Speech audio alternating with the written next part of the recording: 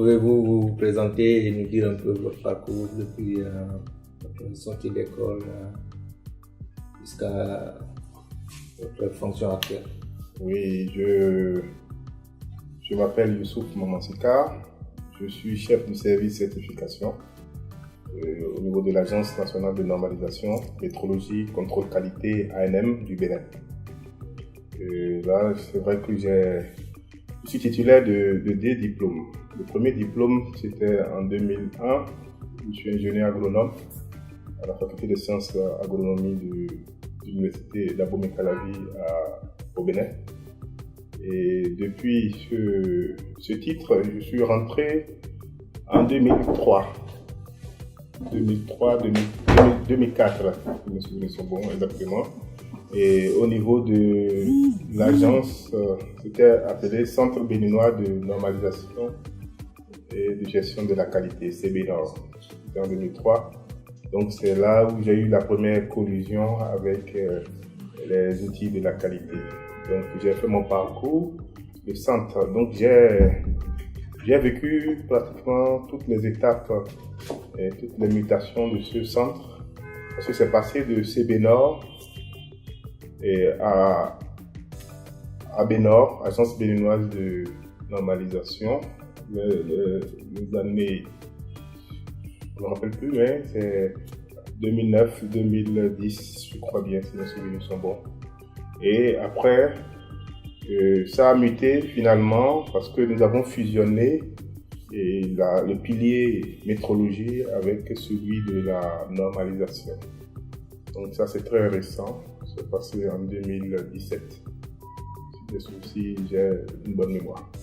Donc, depuis tout ce temps, ce parcours, comme je le disais, j'ai beaucoup appris avec le programme. Donc, déjà en 2004, j'étais le point focal national en accréditation par rapport au SWAC. Donc, c'était la phase numéro 1 du programme UMOA de la qualité. Donc, on nous avait renforcé. C'est là où j'ai eu les premiers outils pour l'accompagnement des laboratoires d'essais et d'étalonnage suivant la norme 17025. On a été équipés. Donc, je peux même dire que le premier ordinateur que j'ai reçu de l'administration béninoise dans ma fonction, que c'est le programme qualité qui me l'a donné parce que nous avait équipé pour vraiment être l'unité centrale. Et pas centrale, l'unité terminale du SWAC, parce que le SWAC avait sa base à Ouagadougou. Donc, on a commencé avec ça. Et très tôt aussi, j'ai été moulé dans l'organisation du prix. Aujourd'hui, je suis un expert du prix, ce n'est pas pour rien. De qualité. Le prix et qualité, prix béninois de la qualité. Et j'ai organisé 5 prix nationaux et dans toutes les fonctions. Donc, j'étais tout d'abord membre du comité d'organisation, après membre du jury, après évaluateur du prix. Donc j'ai fait toutes les étapes et ça fait la dernière édition, c'est-à-dire la 5e édition que nous avons organisée il y a quelques années, il y a 1 an et demi aujourd'hui. Et je l'ai aussi organisé et ça m'a permis aujourd'hui d'avoir une expertise que j'ai partagée avec les autres pays qui sont bénéficiaires du programme PSQAO. Parce que j'étais en Guinée, on a créé pour les renforcer par rapport à ce prix. Et j'étais aussi en Mauritanie pour les former par rapport à ce prix. Parce que le Bénin avait une avance par rapport à ces pays. Et dans le même temps, nous avons aussi bénéficié des appuis du programme pour la mise en place pour la factualisation on peut dire, de l'activité de certification de produits. Donc, je suis chef de service de ce volet.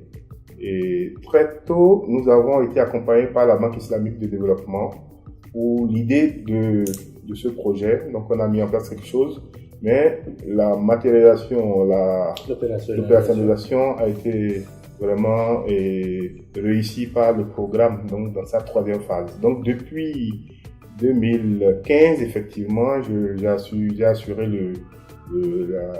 la fonction de coordinateur technique national du programme. J'ai suivi un peu et les activités du programme. Donc ça m'a permis aussi d'avoir une large vue sur tout ce qui était implémenté au niveau national.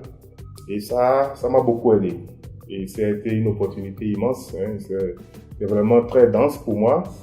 Et la plus grande expérience que j'ai réussi à capitaliser, c'est lorsqu'on m'a associé comme consultant national pour l'élaboration de la politique nationale qualité du Bénin.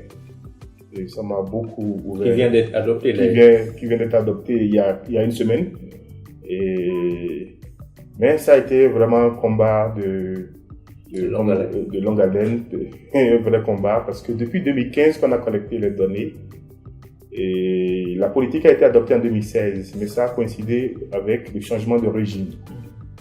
Et le nouveau régime qui est venu, et les documents n'étaient pas tout à fait arrimés à ce qu'ils ont comme plan d'action. Donc il fallait remettre le document sur la mouture qui était souhaitée par le nouveau régime. Donc c'est ça qui a traîné un peu, ça a fait des allers-retours.